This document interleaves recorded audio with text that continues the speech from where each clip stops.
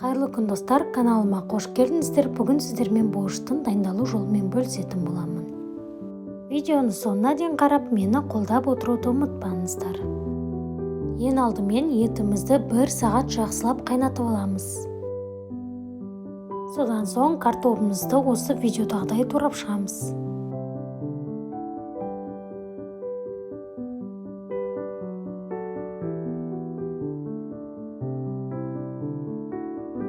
Біздің етіміз 1 сағат қайнады, бетін көбігін міндетті түрде аламыз. Содан соң барып картопты және қызанақ пен болгар бұрышын саламыз. Қызанақ пен болгар бұрышын майдалап турап салсаңыздар болады. Енді сәбізімізді үккіштен жақсылап өткізіп аламыз. Пиязды тураймыз.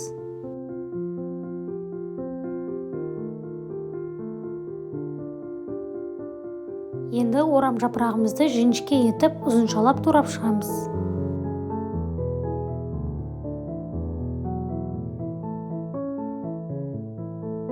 Ал енді қызып тұрған табаға майымызды құямыз, және майымыз қызғаннан соң сәбіз бен пиязды және орам жапырағымызды салып, жақсылап 15 минуттай қуырамыз. Достар, алдағы уақытта менің каналыма шыққан жаңа рецептерді жіберіп алмас үшін каналыма тіркеліп қоңыраушаны басып қоюды ұмытпаңыздар.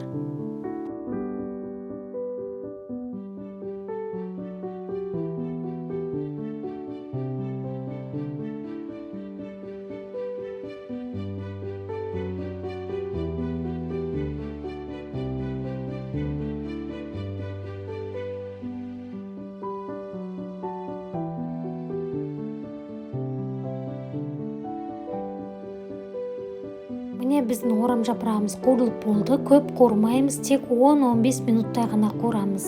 Енді алып, орам жапырағымызды сорпаға саламыз. Ал енді қызылшамызды үккіштен өткізіп, немесе майда кубик тәріздес етіп турап, сорпаға салып, тағы да 10-15 минуттай қайнатамыз.